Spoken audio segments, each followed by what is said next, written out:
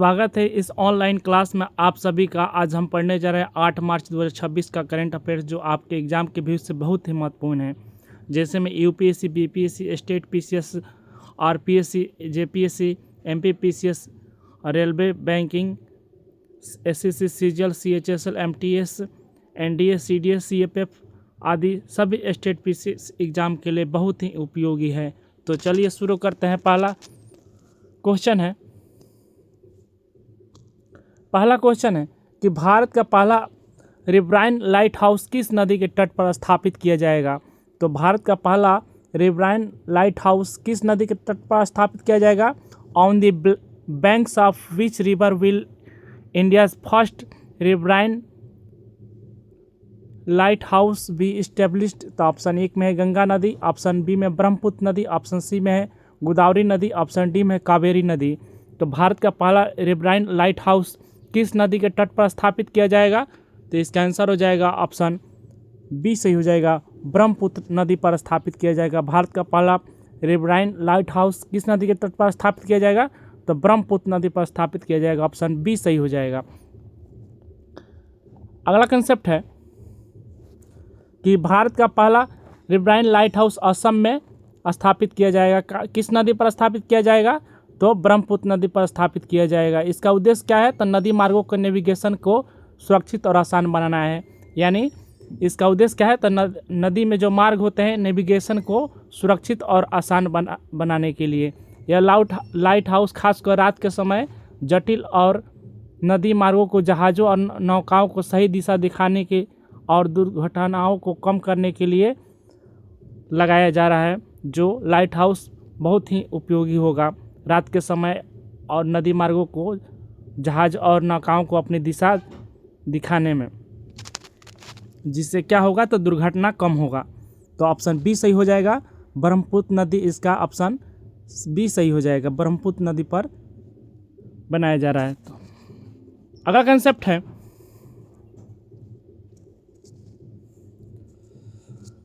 इस परियोजना का महत्व क्या होगा। तो अंतर्देशीय जल मार्ग विकास भारत में के इनलैंड वाटरवेज को आधुनिक बनाने की दिशा में महत्वपूर्ण कदम होगा, जो सुरक्षित नेविगेशन, जहाज़ों जैसे नावों की आवाजाही में आने जाने में अधिक सुरक्षा महसूस होगा, जिससे रोजगार और पर्यटन को स्थानीय लोगों को मदद मिलेगा। नदी को पर्यटन मिलेगा और रोजगार बढ़ेगा, जिससे स्थानीय लोगों को भी इसमें भागीदारी होगा रोजगार के लिए। तो इसका आंसर हो जाएगा महत्व। अगला कंसेप्ट है हाल ही में समाचारों में देखा गया टेकीड्रम्स एल्टिया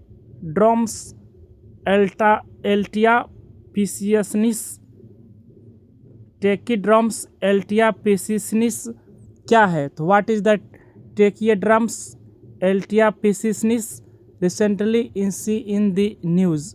तो ऑप्शन 1 में एक नई जीवाश्म प्रजाति, ऑप्शन बी में है आर्कटिक एक नई प्रजाति, ऑप्शन सी में एशियन ग्रास लिजार्ड की एक नई प्रजाति, ऑप्शन डी में एक प्रकार की मछली। तो क्या है। तो इसका आंसर हो जाएगा जो ऑप्शन सी सही हो जाएगा, एशियन ग्रास लिजार्ड की एक नई प्रजाति है। यानी लिजार्ड की छिपकली की एक नई प्रजाति है, जो समाचारों में देखा गया है। टेकीड्रम्स एल्टिया पिसिसनिस, जो एक एशियन ग्रास लिजार्ड की एक नई प्रजाति है। आइए इसके बारे में देखते हैं। जो एशियन ग्रास लिजार्ड की एक नई प्रजाति है, जो टेकीड्रम्स एल्टिया पिसिसनिस एक एशियन ग्रास लिजार्ड है, जो नई प्रजाति की खोज किया गया है, जो भारत के असम में खोज किया गया है। इसका जो वैज्ञानिकों के लिए महत्वपूर्ण है, जो उत्तर पूर्वी भारत की समृद्ध जैव विविधता को दर्शाता है। उम्मीद है कि आपको समझ आ गया होगा। अगला कंसेप्ट देखते हैं।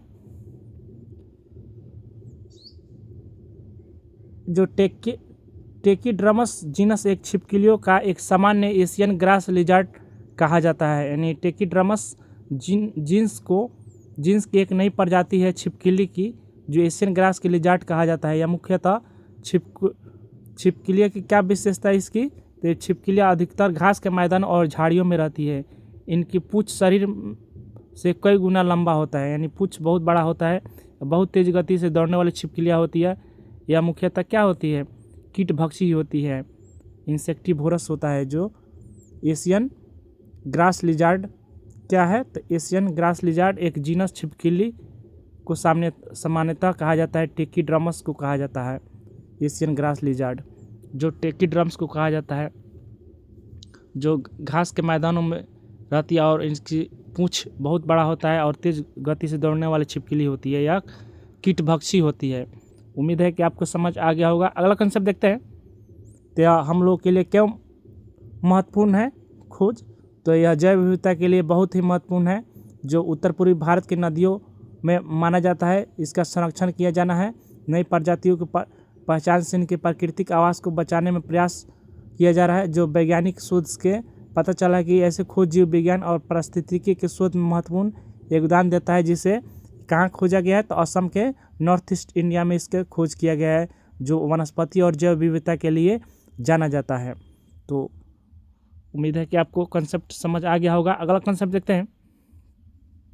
जनगणना 2027 के लिए प्रगति और विकास नामक शुभंकर किस केंद्रीय मंत्री ने लॉन्च किए हैं? तो ऑप्शन ए में निर्मला सीतारमण, ऑप्शन बी में अमित शाह, ऑप्शन सी में राजनाथ सिंह, ऑप्शन डी में डॉक्टर जितेंद्र सिंह। तो जनगणना 2027 के लिए प्रगति और विकास नामक शुभंकर किस केंद्रीय मंत्री ने लॉन्च किया है? तो इसका आंसर हो जाएगा ऑप्शन बी सही हो जाएगा। अमित शाह ने लॉन्च किया। जनगणना 2027 के लिए प्रगति और विकास नामक शुभंकर किस केंद्रीय मंत्री ने लॉन्च किया है? तो अमित शाह ने लॉन्च किया। ऑप्शन बी सही हो जाएगा। आइए इसके बारे में विस्तार से देखते हैं। भारत की सेंसस ऑफ इंडिया 2027 के लिए 2 शुभंकर प्रगति और विकास लॉन्च किए गए हैं, जिन्हें भारत के केंद्रीय मंत्री अमित शाह ने लॉन्च किया है। शुभंकरों का मुख्य उद्देश्य क्या होता है? तो जनगणना के प्रति जागरूकता को बढ़ाना और लोगों को इस प्रक्रिया के भाग लेने के लिए प्रेरित करना इसका उद्देश्य है। तो इसका ऑप्शन बी सही हो जाएगा। अमित शाह ने इसके लॉन्च किए हैं। जो इसका मुख्य उद्देश्य है जनगणना के प्रति जागरूकता को बढ़ाना और लोगों को इस प्रक्रिया में भाग लेने के लिए प्रेरित करना। अगला कंसेप्ट है कि जनगणना क्या होती है, यानी सेंसस क्या होता है, जनगणना क्या होता है? तो सेंसस ऑफ इंडिया भारत में हर साल हर 10 वर्ष के पर की जाती है, यानी जनगणना की जाती है। और इसमें देश की जनसंख्या से जुड़ी कई महत्वपूर्ण जानकारियाँ एकत्र की जाती है, जिसमें जनसंख्या हो गया, कितना जनसंख्या है, शिक्षा स्तर कितना है, रोजगार की स्थिति कितना है, आवास और जीवन स्तर कितना है, डेटा या सरकार की नीतियों बनाने में और योजनाओं को तैयार करने में इसे मदद मिलता है। इसीलिए जनगणना बहुत ही महत्वपूर्ण है, जो हर 10 वर्ष पर किया जाता है। उम्मीद है कि आपको समझ आ गया होगा। अगला कंसेप्ट देखते हैं। मॉस्कट का उद्देश्य क्या है, यानी शुभंकर का उद्देश्य क्या है? तो प्रगति और विकास के शुभंकरों का उद्देश्य है कि लोगों में जनगणना के महत्व के बारे में जागरूकता फैलाना है, युवाओं और बच्चों को इस अभियान से जोड़ना है, इस जनगणना की प्रक्रिया को आसान और आकर्षक बनाना है, जिससे सेंसस को मिलने वाले लाभ को लोगों को पहुंचाना है। सरकार के सटीक जनसंख्या इससे मिलता है और विकास योजना और बजट सही तरीके से बनते हैं मस्कट से, और शिक्षा और स्वास्थ्य रोजगार जैसी नीतियों की योजना बनाने में इससे मदद मिलती है। तो उम्मीद है कि आपको समझ आ गया होगा। अगला कंसेप्ट देखते हैं। अगला कंसेप्ट है कि 6 मार्च 2026 के डॉक्टर सच्चिदानंद सिन्हा कौन से पुण्यतिथि मनाई गई, यानी which date anniversary of doctor Sachchidananda Sinha was observe on 6 March 2026। तो ऑप्शन 1 में 74वीं, ऑप्शन बी में 75वीं, ऑप्शन सी में 76वीं, ऑप्शन डी में 77वीं। तो जो 6 मार्च 2026 के डॉक्टर सच्चिदानंद सिन्हा के कौन सी पुण्यतिथि मनाई गई है? तो इसका आंसर हो जाएगा ऑप्शन सी सही हो जाएगा, 76वीं। जो इसका आंसर हो जाएगा, जो 6 मार्च 2026 के डॉक्टर सच्चिदानंद सिन्हा की कौन सी पुण्यतिथि मनाई गई है? तो 76वीं पुण्यतिथि मनाई गई है। ऑप्शन सी सही हो जाएगा। अगला कंसेप्ट देखते हैं। जो सच्चिदानंद सिन्हा भारत के प्रसिद्ध स्वतंत्रता सेनानी थे, वकील थे, पत्रकार थे और राजनेता थे। सच्चिदानंद सिन्हा कौन थे? तो भारत के प्रसिद्ध स्वतंत्रता सेनानी थे, जो वकील भी थे, पत्रकार भी थे और राजनेता भी थे। उनकी 6 मार्च 2026 को उनकी 76वीं पुण्यतिथि मनाई गई है। उनका निधन 6 मार्च 2050 को हुआ था, 1950 को हुआ था, यानी 6 मार्च 1950 को उनका निधन हुआ था। इसीलिए 6 मार्च को उनका 2026 को 76वीं पुण्यतिथि मनाई गई है। तो ऑप्शन सी सही हो जाएगा, 76वीं इसका आंसर हो जाएगा। अगला कंसेप्ट देखते हैं। संविधान यानी इन भारत के संविधान के निर्माण में इनका बहुत ही योगदान रहा है। सच्चिदानंद सिन्हा को जो भारतीय संविधान में निर्माण प्रक्रिया में बहुत भूमिकाएं निभाए हैं। उन्हें कॉन्स्टिट्यूशन असेंबली ऑफ इंडिया का अस्थायी अध्यक्ष चुना गया था, यानी उन्हें भारत का अस्थायी अध्यक्ष के रूप में चुना गया था। संविधान सभा की पहली बैठक में इन्हें भी हिस्सा लिए थे। 9 दिसंबर 1946 के पहली बैठक की अध्यक्षता सच्चिदानंद सिन्हा ने किए थे, यानी भारत के संविधान की पहली बैठक की अध्यक्षता किसने किया था? सच्चिदानंद सिन्हा ने किया था। तो संविधान की पहली बैठक कब हुआ था? तो 9 दिसंबर 1946 को हुआ था पहली बैठक। इसकी अध्यक्षता किसने किया था? तो सच्चिदानंद सिन्हा ने किया था। उम्मीद है कि आपको समझ आ गया होगा। अगला कंसेप्ट देखते हैं।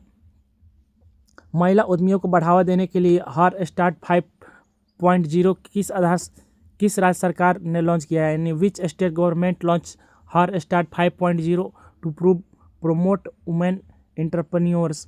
तो महिला उद्यमियों को बढ़ावा देने के लिए हर स्टार्ट 5.0 किस राज्य सरकार ने लॉन्च किया है?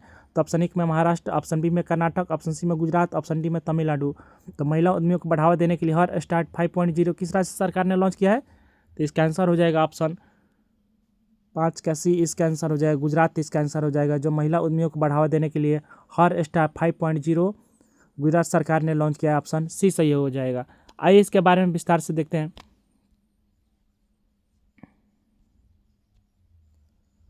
तो महिला उद्यमियों को बढ़ावा देने के लिए गुजरात सरकार ने हर स्टार्ट 5.0 पहल शुरू की है। इस कार्यक्रम का उद्देश्य क्या है? तो महिलाओं द्वारा संचालित स्टार्टअप्स यानी वुमेन्स लेड स्टार्टअप को बढ़ावा देना और उन्हें आवश्यक सहायता प्रदान करना है।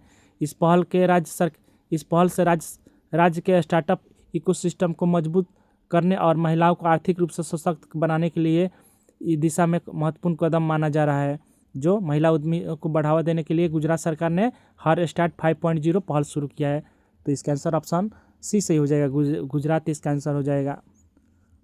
आइए अगला पॉइंट देखते हैं कि हर स्टार्ट 5.0 की मुख्य विशेषताएं क्या है? तो महिला उद्यमियों को प्रोत्साहन मिलेगा। इससे महिलाओं को नए स्टार्टअप शुरू करने के लिए प्रेरित किया जाएगा, मेंटरशिप भी मिलेगा और अनुभवी विशेषज्ञों द्वारा मार्गदर्शन और प्रशिक्षण दिया जाएगा और फंडिंग के अवसर भी दिए जाएंगे। महिला स्टार्टअप को वित्तीय सहायता और निवेश के अवसर मिलेंगे, जिससे नेटवर्क प्लेटफॉर्म मिलेगा और स्टार्टअप को उद्योग विशेषज्ञों और निवेशकों को जुड़ने का एक अवसर भी प्राप्त होगा।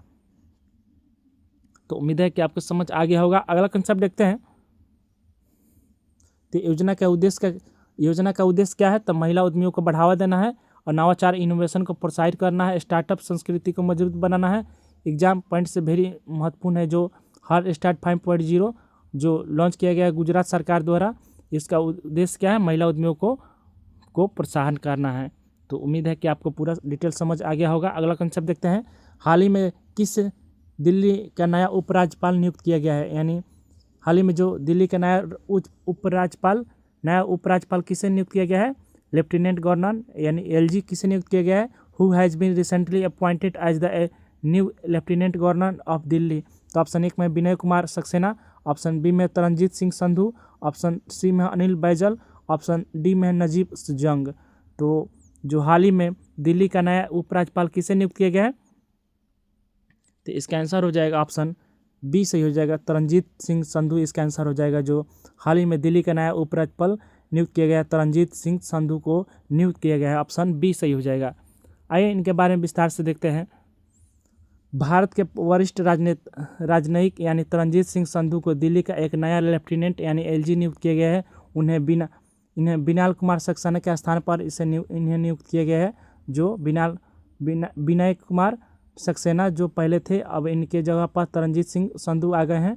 तरनजीत सिंह संधू कौन थे? तो तरनजीत सिंह संधू भारतीय विदेश सेवा यानी IFS के वरिष्ठ अधिकारी रहे हैं। इनका मुख्य पद क्या है? तो भारत के राजदूत के रूप में भी काम किए हैं। विदेश मंत्रालय में कई पद भी इन्हें प्राप्त है। अंतर्राष्ट्रीय कूटनीति में लंबा इनका अनुभव रहा है। तो ऑप्शन बी सही हो जाएगा, तरनजीत सिंह संधू इनका आंसर हो जाएगा, ऑप्शन बी सही हो जाएगा। उम्मीद है कि आपको समझ आ गया होगा। अगला कंसेप्ट देखते हैं। लेफ्टिनेंट गवर्नर क्या होता है? यानी लेफ्टिनेंट गवर्नर क्या होता है? तो दिल्ली एक केंद्र शासित प्रदेश है जो इंडियन टेरिटरी है यहाँ, इसलिए यहाँ राज्यपाल की जगह लेफ्टिनेंट गवर्नर होता है। यानी वहाँ पर राज्यपाल नहीं होता है, दिल्ली में लेफ्टिनेंट गवर्नर होता है यानी एलजी होता है। एलजी का मुख्य काम क्या होता है? तो केंद्र सरकार को प्रतिनिधित्व करता है। केंद्र सरकार का प्रतिनिधि प्रतिनिधित्व करता है, यानी केंद्र सरकार की तरफ से वह प्रतिनिधित्व करता है, प्रशासनिक निर्णयों की निगरानी करता है और दिल्ली सरकार के साथ समन्वय करता है, यानी कोऑर्डिनेशन बनाता है। तो उम्मीद है कि आपको समझ आ गया होगा। अगला कंसेप्ट देखते हैं। हाल ही में किस देश ने पार्किंसन डिजीज के लिए दुनिया की पहली स्टेम सेल थ्योरी को मंजूरी दी है, यानी which country has recently approved the world's first stem cell therapy for Parkinson disease. तो ऑप्शन 1 में यूएसए, ऑप्शन बी में जर्मनी, ऑप्शन सी में जापान, ऑप्शन डी में स्वीडन। तो जो पार्किंसंस डिजीज़ के लिए दुनिया की पहली स्टेम सेल थ्योरी की मंजूरी देने वाला कौन सा देश है, तो इसका आंसर हो जाएगा ऑप्शन सी सही हो जाएगा। जापान देश ने हाल ही में पार्किंसन डिजीज़ के लिए दुनिया की पहली स्टेम सेल थ्योरी को मंजूरी दिया है, ऑप्शन सी सही हो जाएगा। आइए इसके बारे में विस्तार से देखते हैं।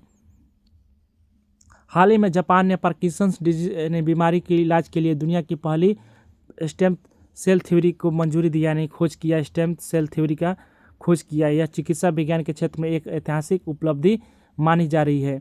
यह चिकित्सा के विज्ञान के क्षेत्र में एक ऐतिहासिक उपलब्धि मानी जा रही है स्टेम सेल थ्योरी, जो ऑप्शन सी सही हो जाएगा। स्टेम सेल थ्योरी जो माइंड में क्लॉट बन जाता है, तो वहीं इसका इलाज होगा किसके माध्यम से, तो स्टेम सेल थ्योरी के माध्यम से इलाज होगा। तो अगला कंसेप्ट देखते हैं। यह थेरेपी कैसे काम करती है, तो उपचार में इंड्यूस्ड प्लुरिपोटेंट स्टेम सेल्स यानी आईपीएस सेल्स का उपयोग किया जाएगा। जो मरीज को कोशिकाओं को स्टेम सेल्स में बदला जाता है। इन कोशिकाओं को डोपामाइन बनाने वाली न्यूरॉन्स कोशिकाओं में विकसित किया जाएगा और इन मरीज के मस्तिष्क में प्रत्यारोपित किया जाएगा, जो इससे मस्तिष्क में डोपामाइन का स्तर बढ़ जाएगा। तो उम्मीद है कि आपको समझ आ गया होगा। अगला कंसेप्ट देखते हैं। पार्किंसंस डिजीज़ क्या होता है, तो पार्किंसन डिजीज़ एक न्यूरोडिजेनेटिव बीमारी है जिससे मस्तिष्क की डोपामाइन बनाने वाली कोशिकाएं धीरे धीरे नष्ट हो जाने लगती है, यानी डोपामाइन बनने में वो नहीं बन पाती है, धीरे धीरे वो खराब हो जाती हैं कोशिकाएं। तो वही पार्किंसन डिजीज है, जिसका मुख्य लक्षण क्या होता है, तो हाथ पैर कांपने लगते हैं, मांसपेशियां कठोरता होने लगती है, मांसपेशियां कठोर होने लगती है, चलने फिरने में कठिनाई होता है, संतुलन की समस्या बढ़ने लगती है और दुनिया भर में लाखों लोग इस बीमारी से प्रभावित है और पीड़ित है। दुनिया के पहली बार किसी देश ने पार्किंसंस के लिए स्टेम थ्योरी का विकास किया है।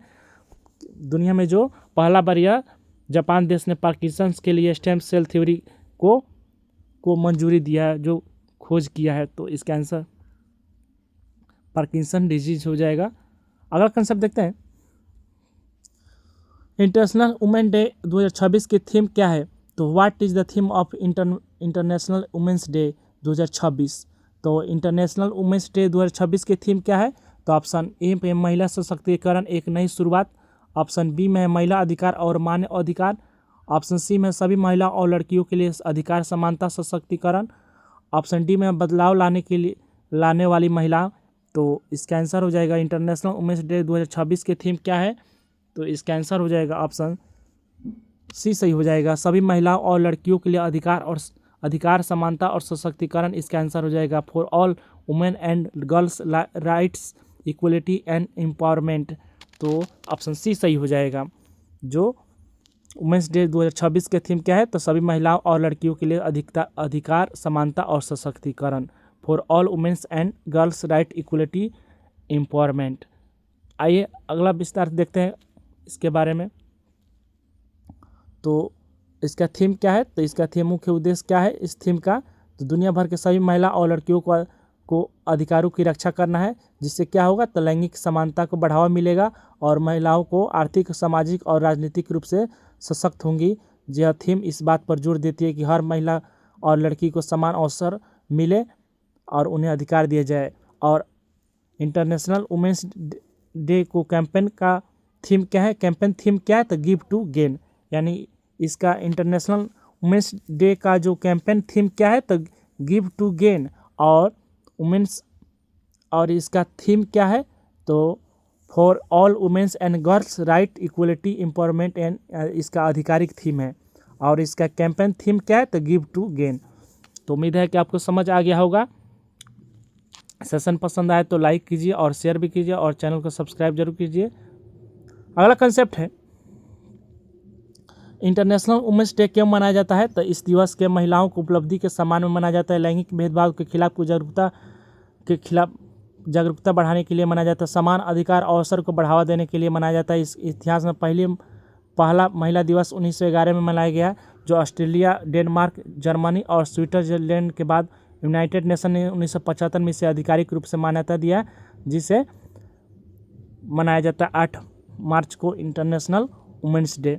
तो उम्मीद है कि आपको समझ आ गया होगा। अगला कंसेप्ट देखते हैं। 8 मार्च 2026 को राष्ट्रपति द्रौपदी मुर्मू ने किस सम्मान की शुरुआत की घोषणा की है? यानी 8 मार्च 2026 को राष्ट्रपति द्रौपदी मुर्मू ने किस सम्मान की शुरुआत की घोषणा की है? तो ऑप्शन ए में वीरांगना सम्मान, ऑप्शन बी में राष्ट्रीय महिला पुरस्कार, ऑप्शन सी में नारी शक्ति वंदना सम्मान, ऑप्शन डी में प्रधानमंत्री महिला सशक्तिकरण पुरस्कार। तो इसका आंसर हो जाएगा ऑप्शन सी सही हो जाएगा, नारी शक्ति वंदन सम्मान इसका आंसर हो जाएगा। जो 8 मार्च 2026 को राष्ट्रपति द्रौपदी मुर्मू ने नारी शक्ति वंदन सम्मान की शुरुआत की घोषणा की है, जो ऑप्शन सी सही हो जाएगा। अगला देखते हैं कंसेप्ट। द्रौपदी मुर्मू ने इंटरनेशनल वुमेंस डे के अवसर पर 8 मार्च 2026 को नारी शक्ति वंदन सम्मान की शुरुआत की है, जो यह घोषणा राष्ट्रपति भवन में आयोजित एक विशेष समारोह के दौरान किया गया था, जो ऑप्शन सी सही हो जाएगा, जो हो जाएगा नारी शक्ति वंदन सम्मान इसका आंसर हो जाएगा, ऑप्शन सी सही हो जाएगा। अगला कंसेप्ट देखते हैं। नारी शक्ति वंदन सम्मान क्या है? तो नारी शक्ति वंदन सम्मान एक राष्ट्रीय सम्मान है, जो उन महिलाओं को दिया जाएगा जिन्हें समाज में विभिन्न क्षेत्रों में असाधारण योगदान दिया है। यह पुरस्कार महिलाओं को उपलब्धियों को राष्ट्रीय स्तर पर पहचान देने के लिए शुरू किया गया। किन क्षेत्रों में दिया जाएगा यह सम्मान? तो यह सम्मान उन महिलाओं को मिलेगा जिन्होंने निम्नलिखित उत्कृष्ट कार्य के लिए किया, जैसे शिक्षा के क्षेत्र में अच्छा काम किया हो, विज्ञान और प्रौद्योगिकी के क्षेत्र में अच्छा काम किया हो, कला और संस्कृति के क्षेत्र में अच्छा काम किया हो, खेल में काम किया हो, सामाजिक सेवा यानी सोशल सर्विस में अच्छा काम किया हो, और ग्रामीण विकास में उत्कृष्ट कार्य किए हों, और उद्यमिता में एंटरप्रेन्योरशिप में भी अच्छा यानी उत्कृष्ट कार्य किए हों, उन्हीं को नारी शक्ति वंदन सम्मान दिया जाएगा। तो उम्मीद है कि आपको समझ आ गया होगा। अगला कंसेप्ट देखते हैं। क्लारा जेटकिन यानी क्लारा जेटकिन जो 1857 से 1933 तक इनका कार्यकाल ये रही हैं। तो यह प्रमुख जर्मन समाजवादी हैं और नारीवादी और अंतर्राष्ट्रीय महिला दिवस की संस्थापिका भी यही रही है। यानी अंतर्राष्ट्रीय महिला दिवस के संस्थापिका कौन रही है? तो क्लारा जेटकिन, जिन्होंने महिलाओं को अधिकारों की संघर्ष समाजवाद से जोड़ा है। उन्होंने बुर्जुआ यानी नारीवाद के बजाय श्रमिक वर्ग की महिलाओं को मुक्ति, आर्थिक स्वतंत्रता, मतदान का अधिकार, समान कार्य के लिए समान वेतन के लिए लड़ाई लड़ी है, जिसे ग्लिच हाइट समाचार पत्र के माध्यम से इन्हें बढ़ावा दिया गया। जो अंतर्राष्ट्रीय महिला दिवस की संस्थापिका कौन है? तो क्लारा जेटकिन। तो उम्मीद है कि आपको समझ आ गया होगा। अगला कंसेप्ट देखते हैं। हाल ही में न्यू गिनी के जंगलों में 2 मार्सिपियल प्रजातियां पाई गई हैं, जिन्हें कितने वर्षों से विलुप्त माना जा रहा है?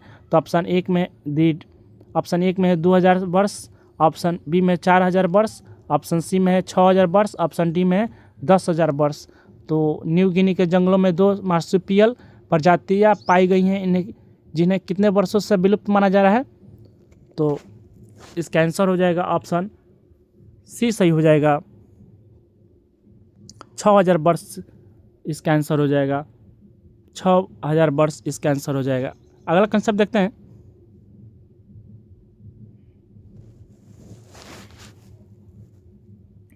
तो इंडोनेशिया के पापुआ क्षेत्र में जो शोधकर्ताओं ने 2 मार्सुपियल प्रजातियां खोज की हैं, रिंग टेल्ड ग्लाइडर और पिग्मी लॉन्ग फिगर्ड पॉसम को खोजा गया है, जिन्हें 6000 वर्ष से अधिक समय विलुप्त माना गया था। ये प्रजातियां पहले केवल ऑस्ट्रेलिया में जीवाश्मों के माध्यम से ही ज्ञात थी। अब इसे खोजा गया है, जो स्वदेशी समुदाय को महत्वपूर्ण योगदान रहा है, जिन्हें वैज्ञानिकों ने वेगलकोप प्रायद्वीप के घने जंगलों में इसे मार्गदर्शन किया है यानी देखा है। तो यही है रिंग टेल्ड ग्लाइडर और पिग्मी लॉन्ग फिग्ड पोसम यानी आइए देखते हैं जो खोजा गया है। एक ग्लाइडिंग मार्supial स्पीसीज है, ग्लाइडिंग मार्supial प्रजाति के जो पिग्मी लॉन्ग फिगर्ड पोसम है, और ए स्मॉल ड्वेलिंग यानी छोटी पेड़ पर रहने वाला एक मार्supial है। ए स्मॉल ट्री विद ड्वेलिंग मार्supial ऐसे स्तनधारी होते हैं जो अपने बच्चों को थैली में रखते हैं, जैसे कंगारू अपने बच्चों को रखते हैं थैली में। या आकर्षक होते हैं, इनकी पूंछ बिना बालों वाले कान होते हैं, और लकड़ी से कीड़े निकालने के लिए लंबी इनकी उंगली होती है।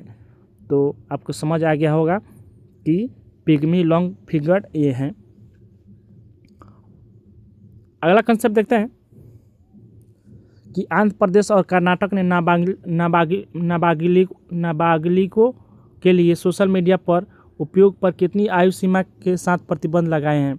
तो Andhra Pradesh and Karnataka have implemented bans restriction on social media uses for minors with what age limits। तो ऑप्शन 1 में 12 से 14 वर्ष, ऑप्शन बी में 13 और 16 वर्ष, ऑप्शन सी में 15 और 18 वर्ष, और डी में 10 और 12 वर्ष। तो आंध्र प्रदेश और कर्नाटक में जो माइनर्स के लिए सोशल मीडिया के उपयोग पर कितनी आयु की सीमा के साथ प्रतिबंध लगाए हैं, यानी आंध्र प्रदेश में कितना एज तक बच्चों को अब सोशल मीडिया तक बंद कर दिया जाएगा, और कर्नाटक में तो इसका आंसर हो जाएगा बी सही हो जाएगा। जो आंध्र प्रदेश में 13 वर्ष से कम आयु के बच्चों को अब सोशल मीडिया पर बैन कर दिया गया है, और कर्नाटक में 16 वर्ष के से कम उम्र के बच्चों को अब सोशल मीडिया अब नहीं चला सकेंगे, अब प्रतिबंध लगा दिया गया है सरकार, दोनों सरकार के द्वारा। आंध्र प्रदेश में 13 वर्ष किया गया है और कर्नाटक में 16 वर्ष किया गया है। तो उम्मीद है कि आपको समझ आ गया होगा। अगला कंसेप्ट देखते हैं। आंध्र प्रदेश में जो 13 वर्ष से कम आयु के बच्चों के लिए अब प्रतिबंध कर दिया गया है, और कर्नाटक में 16 वर्ष से आयु के कम बच्चों के लिए प्रतिबंध लगाया गया है सोशल मीडिया पर। इसका उद्देश्य बच्चों को ऑनलाइन शोषण यानी ऑनलाइन एक्सप्लॉयटेशन और मानसिक स्वास्थ्य जोखिमों को बचाना है, यानी उनको मानसिक स्वास्थ्य जोखिमों से बचाना है, बच्चों को ऑनलाइन शोषण से बचाना है। तो इसका आंसर ऑप्शन बी सही हो जाएगा, 13 और 16 वर्ष इसका आंसर हो जाएगा। आंध्र प्रदेश में 13 वर्ष और कर्नाटक में 16 वर्ष। उम्मीद है कि आपको समझ आ गया होगा। अगला कंसेप्ट देखते हैं। कृषि का स्त्रीकरण का क्या अर्थ है, यानी what does feminism of agriculture mean. तो कृषि का स्त्रीकरण का क्या अर्थ है। तो ऑप्शन 1 में केवल महिलाओं द्वारा की जाने वाली खेती, ऑप्शन बी में ग्रामीण क्षेत्रों से पुरुष के पलायन के कारण महिलाओं पर कृषि की बढ़ती जिम्मेदारी, ऑप्शन सी में है कृषि नीतियों में महिलाओं की भागीदारी, ऑप्शन डी में महिलाओं के अनुकूल कृषि उपकरण। तो कृषि का स्त्रीकरण का क्या अर्थ है, तो इसका आंसर हो जाएगा ऑप्शन बी सही हो जाएगा, बी इसका आंसर हो जाएगा। जो ग्रामीण क्षेत्रों में पुरुषों के पलायन के कारण महिलाओं पर कृषि की बढ़ती जिम्मेदारी है, यानी कृषि का स्त्रीकरण का क्या अर्थ है। तो ग्रामीण क्षेत्रों से जो पुरुष के पलायन के कारण महिलाओं पर कृषि का बढ़ता जिम्मेदारी हो जाना, यही कृषि का स्त्रीकरण कहलाता है। तो आइए इसके बारे में विस्तार से पढ़ते हैं। फेमिनिजेशन ऑफ एग्रीकल्चर का अर्थ है कि ग्रामीण क्षेत्रों से पुरुषों के शहरों की ओर पलायन के कारण होता है और कृषि कार्यों की जिम्मेदारी महिलाओं पर अधिक हो जाता है। यानी जब ग्रामीण से यानी गांव के क्षेत्रों से पुरुष जब रोजगार के लिए शहर की ओर माइग्रेट करते हैं तो महिलाओं पर अधिक कृषि का काम बढ़ जाता है, जिससे फेमिनाइजेशन ऑफ एग्रीकल्चर कहा जाता है। तो उम्मीद है कि आपको समझ आ गया होगा। अगला कंसेप्ट देखते हैं। पुरुषों का पलायन क्यों होता है, यानी क्यों होता है पुरुषों का पलायन यानी माइग्रेशन। तो रूरल अर्बन माइग्रेशन का मुख्य कारण क्या है, तो बेहतर रोजगार की तलाश होना चाहिए, और कृषि आय की अस्थिरता है। कृषि की आय अस्थिरता है यानी उसमें ज़्यादा उत्पादक नहीं है, जिसके कारण कृषक अधिक रोजगार के लिए शहर की तरफ जाते हैं, माइग्रेशन करते हैं, और शहरी सुविधाओं का आकर्षण केंद्र बना हुआ है। इससे ग्रामीण क्षेत्रों में कृषि कार्य का भार महिलाओं पर अधिक बढ़ता जा रहा है। तो आपको समझ आ गया होगा। अगला कंसेप्ट देखते हैं। नाबार्ड की स्थापना कब हुई थी और इसका मुख्यालय कहाँ है। तो when was the NABARD established and where is its headquarters. तो ऑप्शन 1 में नई दिल्ली, ऑप्शन बी में 1982 मुंबई, ऑप्शन सी में 1985 चेन्नई, ऑप्शन डी में 1990 कोलकाता। तो नाबार्ड की स्थापना कब हुई थी और इसका मुख्यालय कहाँ है? तो इसका आंसर हो जाएगा ऑप्शन बी सही हो जाएगा। 1982 में स्थापना हुआ था, मुंबई में स्थापना हुआ था, तो ऑप्शन बी सही हो जाएगा। आइए इसके बारे में विस्तार से देखते हैं। नाबार्ड जो इसका फुल फॉर्म होता है national bank for agriculture and rural development. इसका स्थापना कब हुआ था? तो स्थापना 12 जुलाई 1982 को स्थापना हुआ था। नाबार्ड का फुल फॉर्म क्या होता है? तो national bank for agriculture and rural development, जिसकी नाबार्ड की फुल फॉर्म यानी national bank for agriculture and rural development, जो इसकी स्थापना हुआ था 12 जुलाई 1982 के। इसका मुख्यालय कहाँ है? तो मुंबई में इसका मुख्यालय है।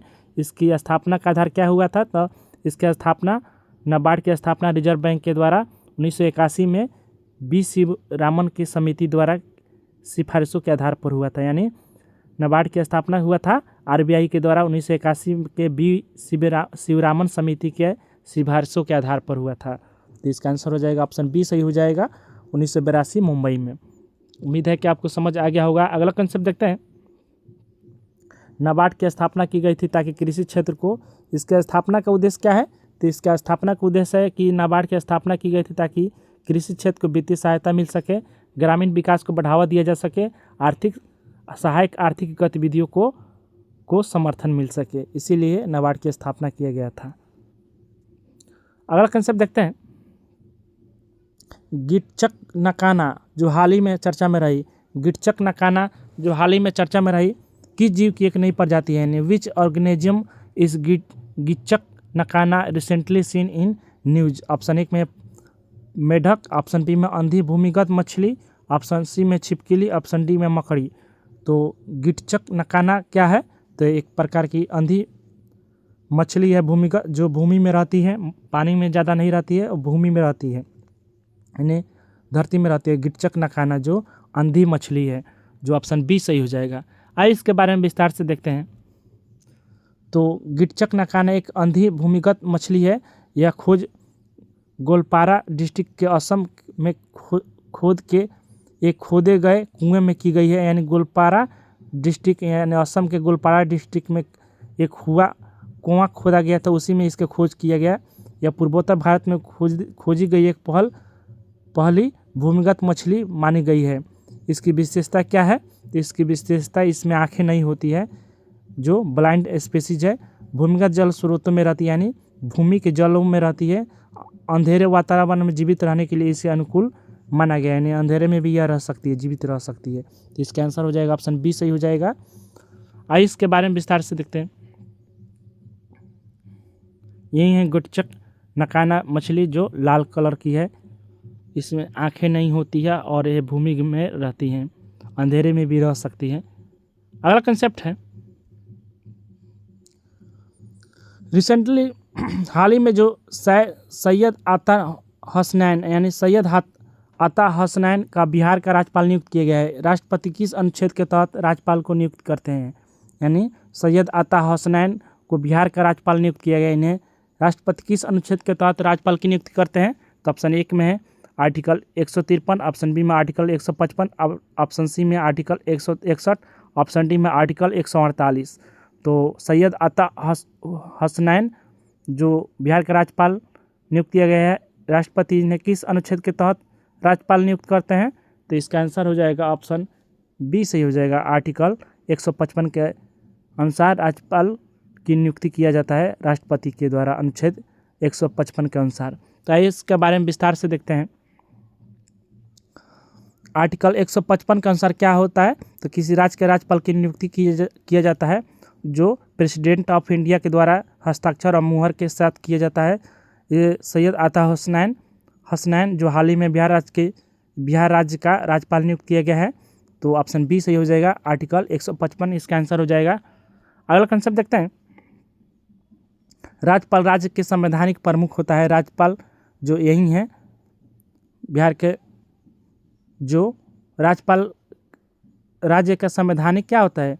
राज्यपाल का हम कार्य देखेंगे। तो राज्यपाल का कार्य क्या है? तो राज्यपाल राज्य का एक संवैधानिक प्रमुख होता है, जो इसका कार्य है विधानसभा को सत्र बुलाना होता है, विधेयकों को मंजूरी देना होता है, मुख्यमंत्री की नियुक्ति करना होता है, राष्ट्रपति शासन की सिफारिश करना होता है, यानी राष्ट्रपति शासन की सिफारिश करना होता है राज्य में, तो राज्यपाल का यही काम है। अगला कंसेप्ट देखते हैं। जो रिटायर्ड जनरल है सैयद अता हसनैन, जो नए बिहार राज्य का गवर्नर है। अनुच्छेद कार्य क्या है? आर्टिकल 153 के अनुसार, अनुच्छेद 153 के अनुसार राज्यपाल के कार्य का वर्णन किया गया है, राज्यपाल का प्रावधान किया गया, और आर्टिकल 155 का राज्यपाल की नियुक्ति किया गया, और आर्टिकल 161 के अनुसार क्षमादान की भी शक्ति करता है, और आर्टिकल 155 के तहत राज्यपाल की नियुक्ति किया गया है। राजनीतिक और प्रशासनिक इसका महत्व क्या है? तो अनुभवी रक्षा विशेषज्ञ होने से सुरक्षा प्रशासन मजबूत हो सकता है, और केंद्र राज्यों के बीच इस बेहतर समन्वय यानी कोऑर्डिनेशन बनाने में महत्वपूर्ण भूमिका होता है राज्यपाल का। तो उम्मीद है कि आपको समझ आ गया होगा। अगला कंसेप्ट देखते हैं। तो सेशन यहीं पर समाप्त होता है। तो सेशन को लाइक ज़रूर कीजिए और शेयर भी कीजिए अपने दोस्तों के पास, और चैनल को सब्सक्राइब कीजिए ताकि सेशन और भी बेहतर लगे आपको सेशन, तो आप कमेंट जरूर कीजिए। तब तक के लिए मिलते हैं एक नए सेशन के साथ। Okay bye, thank you.